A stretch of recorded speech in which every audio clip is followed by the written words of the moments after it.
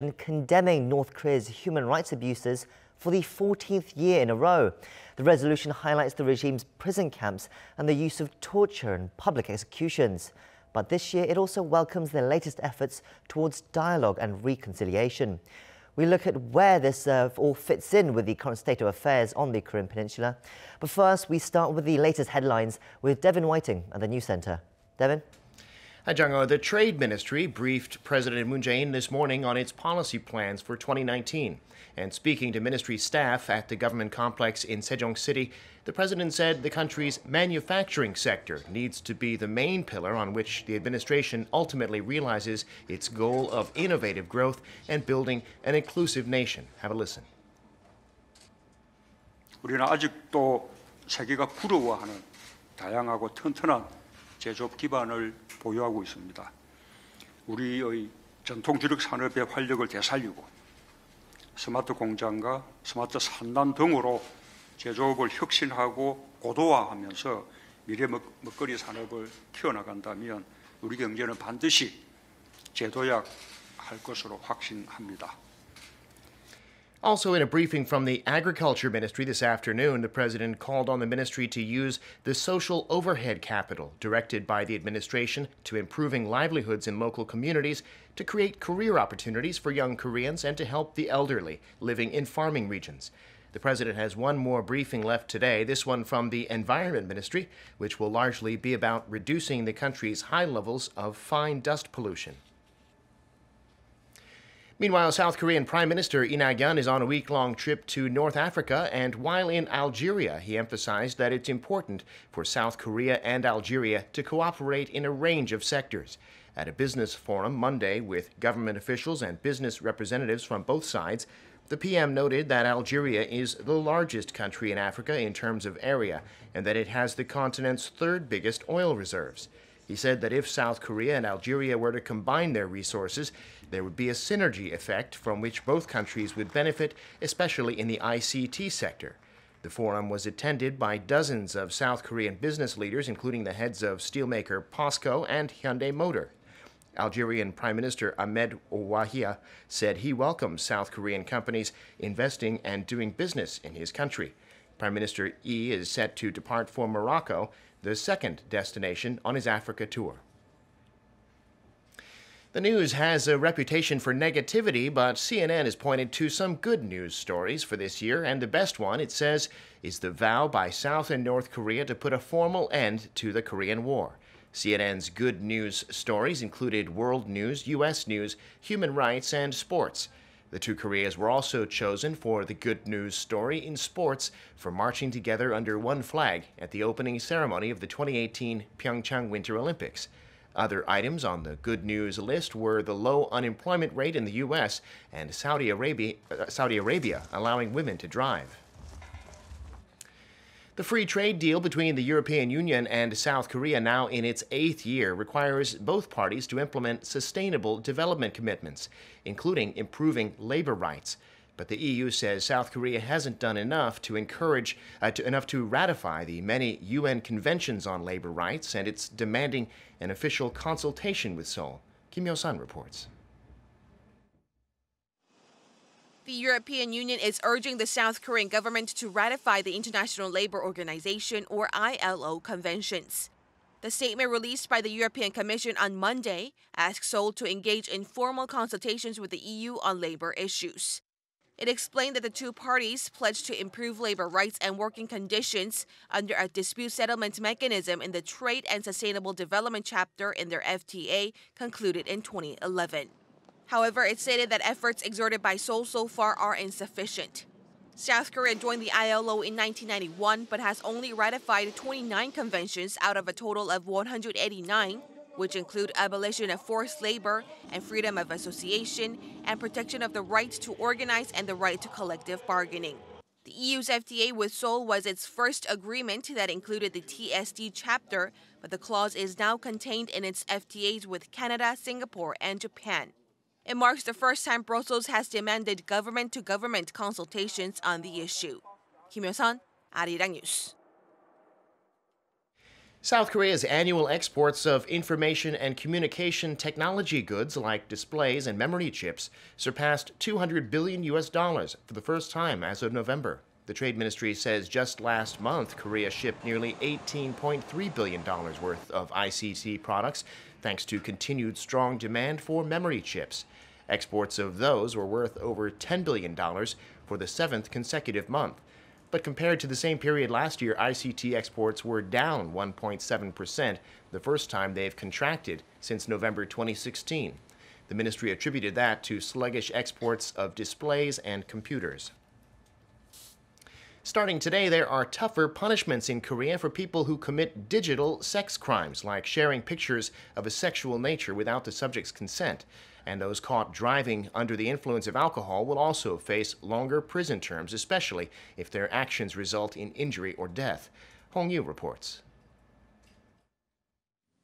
Those found guilty of committing digital sex crimes or harming others through drunk driving will face stronger punishments starting from Tuesday.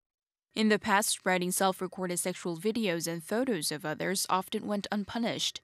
But under the new law, those found guilty of posting videos or photos of a sexual nature on the web without the other person's consent will face up to 5 years in prison and a fine of up to $26,000. That's up from the previous maximum prison sentence of 3 years and roughly $9,000 in fines. And those guilty of making a profit from illegal uploads will face up to 7 years in prison.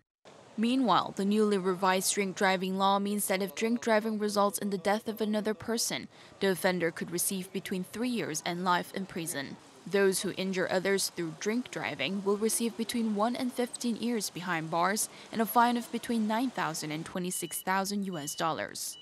Previously, those convicted of killing someone through drunk driving faced a minimum of 1 year in prison. Hong Yu, Arirang News. Lately, Arirang TV has been making more use of smartphones for filming programs and news footage. Now, for the first time, the radio department has taken up smartphones to air a special Christmas show featuring some K-pop stars. Seo Bin has this report. Arirang TV has taken its use of smartphones to the next level. After its success using smartphones to make news reports, Arirang TV is now broadcasting a show live recorded entirely on smartphones.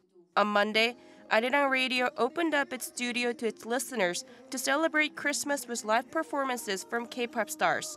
These performances were aired live and watched all around the world on Arirang Radio's YouTube and VLive accounts. But instead of cameras, smartphones did the job of recording the show. Arirang TV has developed a smartphone broadcasting system that uses several smartphones to deliver live performances. With this new system, broadcasting live has become simpler and cheaper. The number of people needed to do such a job has been reduced from more than 20 to less than 5 people. And now 4 or 5 smartphones can do the job of an outside broadcast fan. Monday's show, called Turn Up Party Radio Gaga, featured K-pop stars Yubin, Hotshot, Dreamcatcher, and Intuit, and was broadcast live on YouTube and VLive. For those that missed the live broadcast, the show will be aired on Christmas from 12 p.m. to 4 p.m. Seo Bin, Arirang News. I'm Devin Whiting, and those are your news headlines.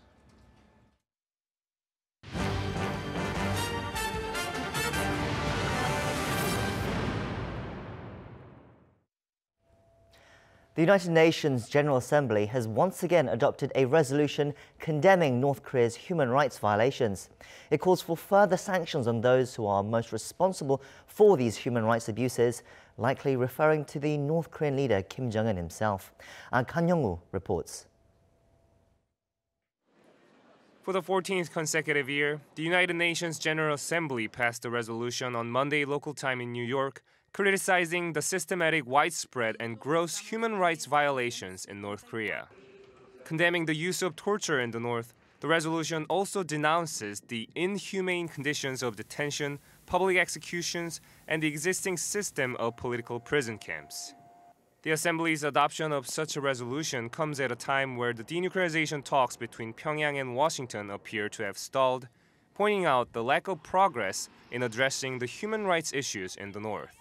The resolution urges the UN Security Council to consider further sanctions on the regime to aim at those most responsible for human rights violations, seen as a clear reference to North Korean leader Kim Jong-un.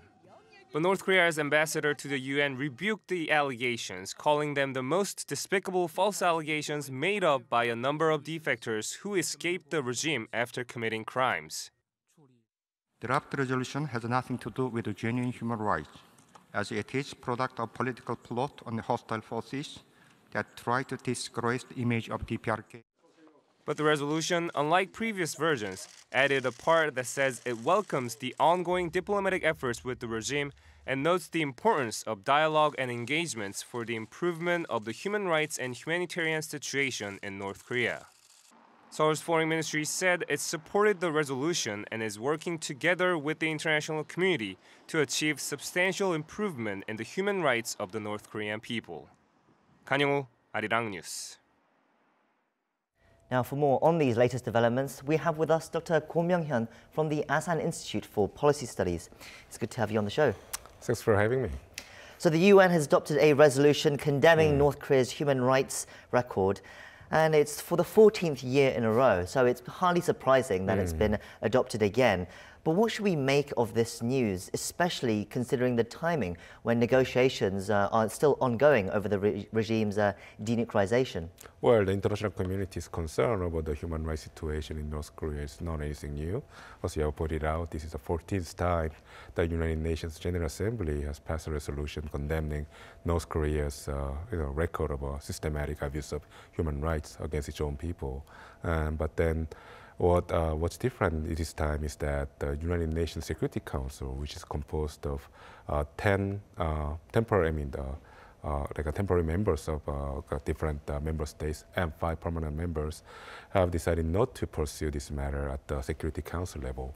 This actually indicates that the United States and other member states of the United Nations are actually putting in political considerations into the human rights issue on North Korea.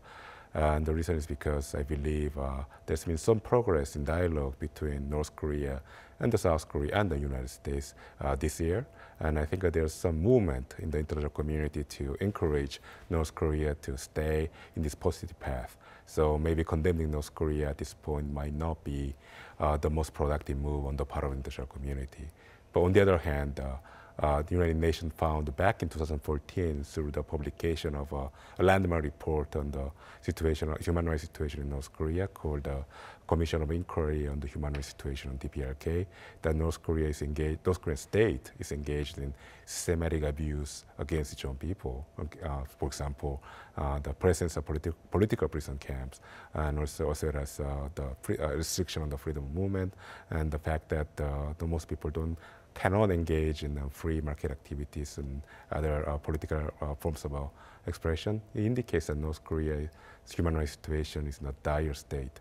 So I think the international community had to balance two different issues, two different demands here.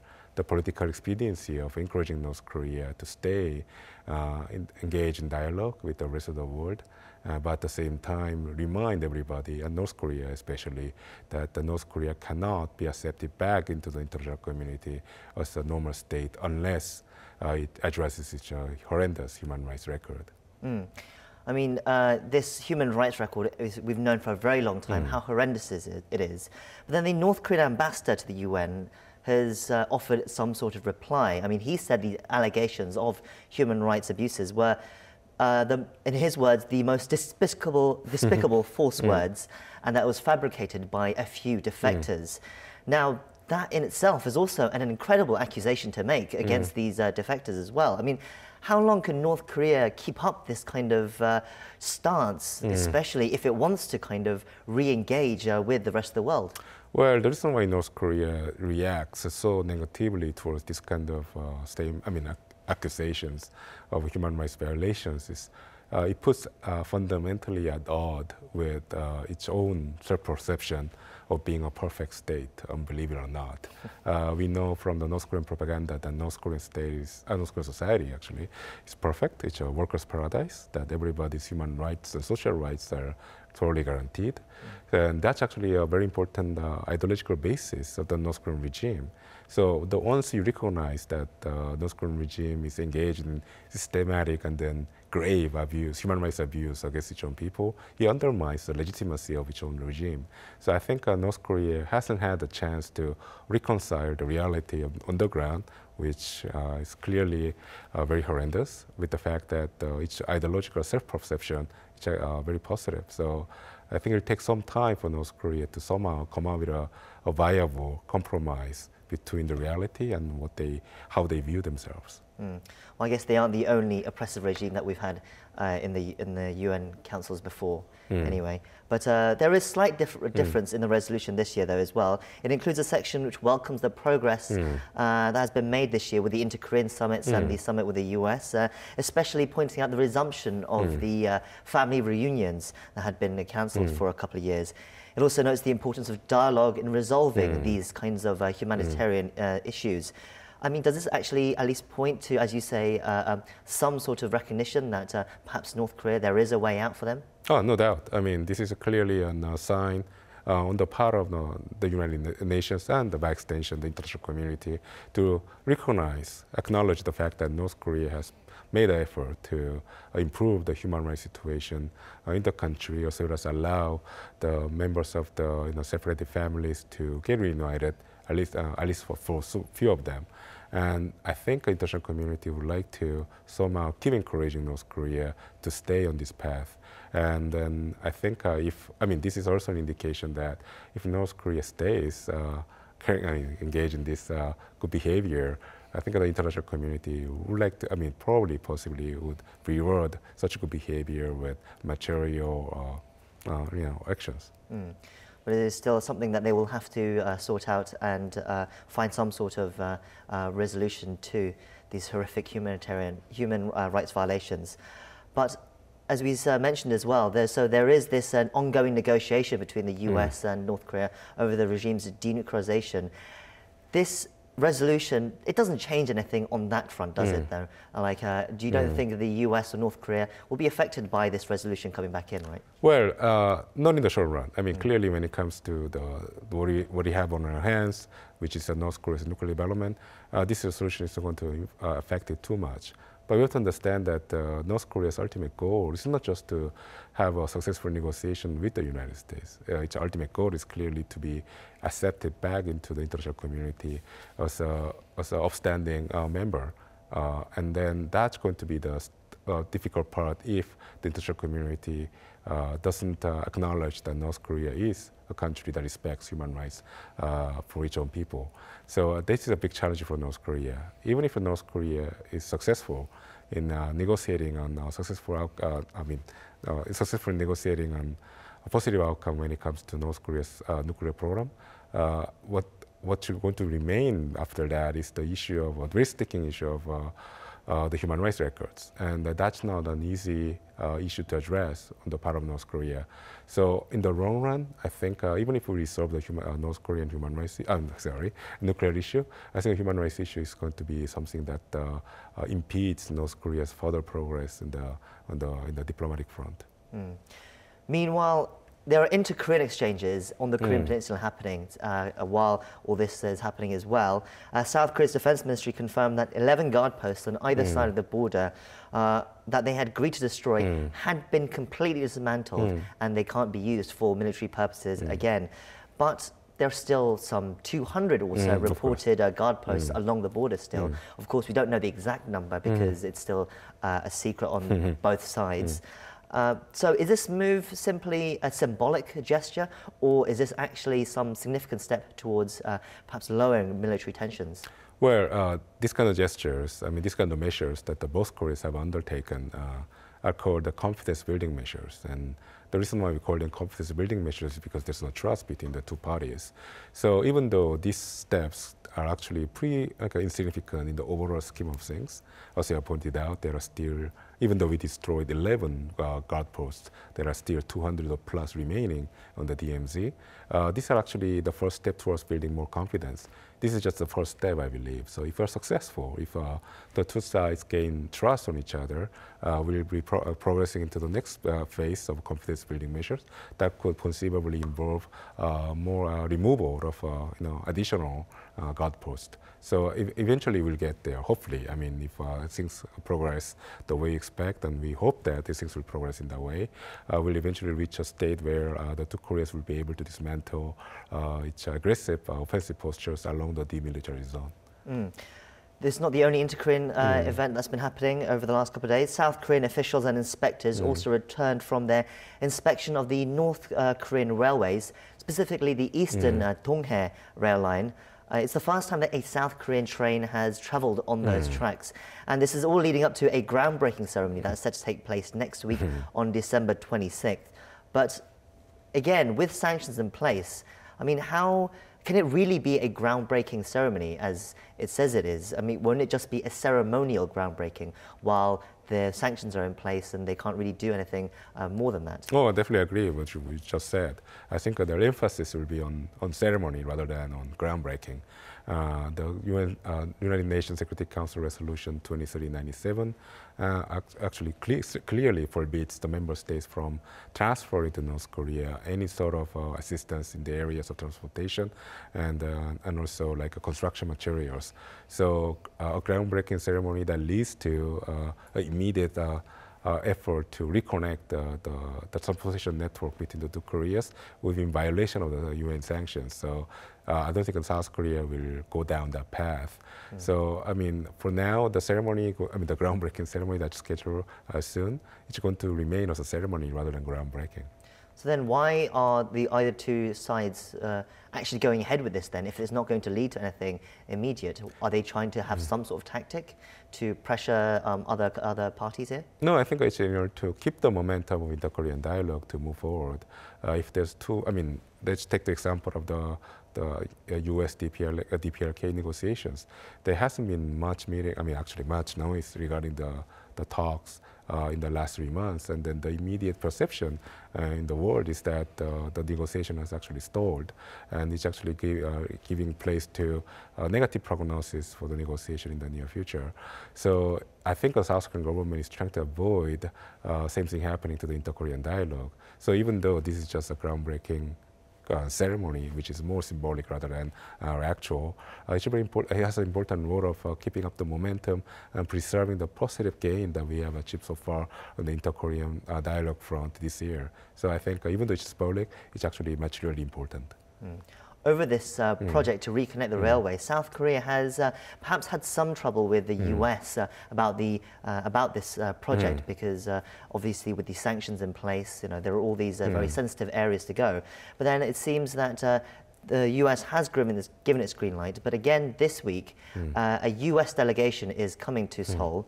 Stephen Biegun, the US Special Representative of North Korea, will be coming with his team to discuss with South Korea in this working group that was set up last month as well.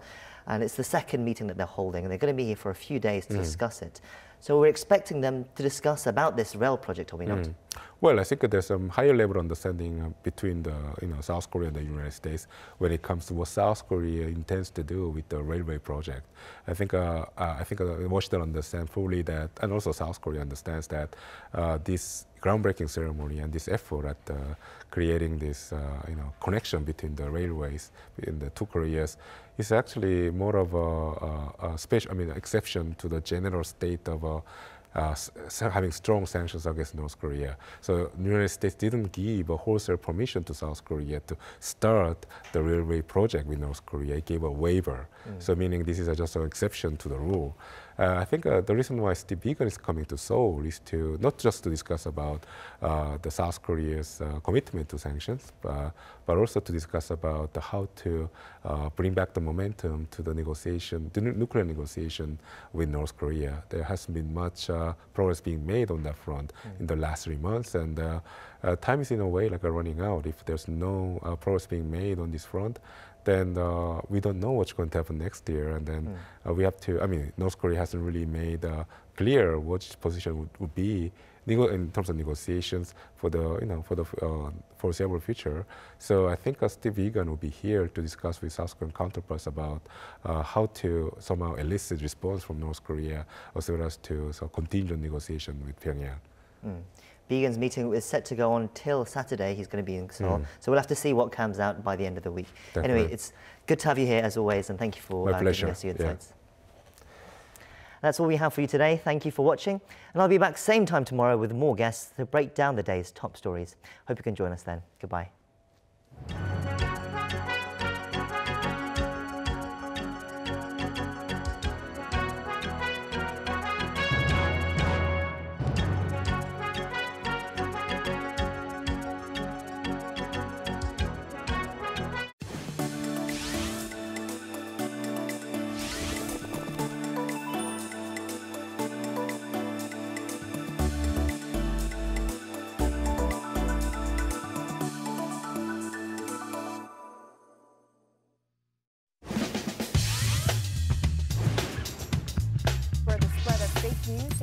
Dive into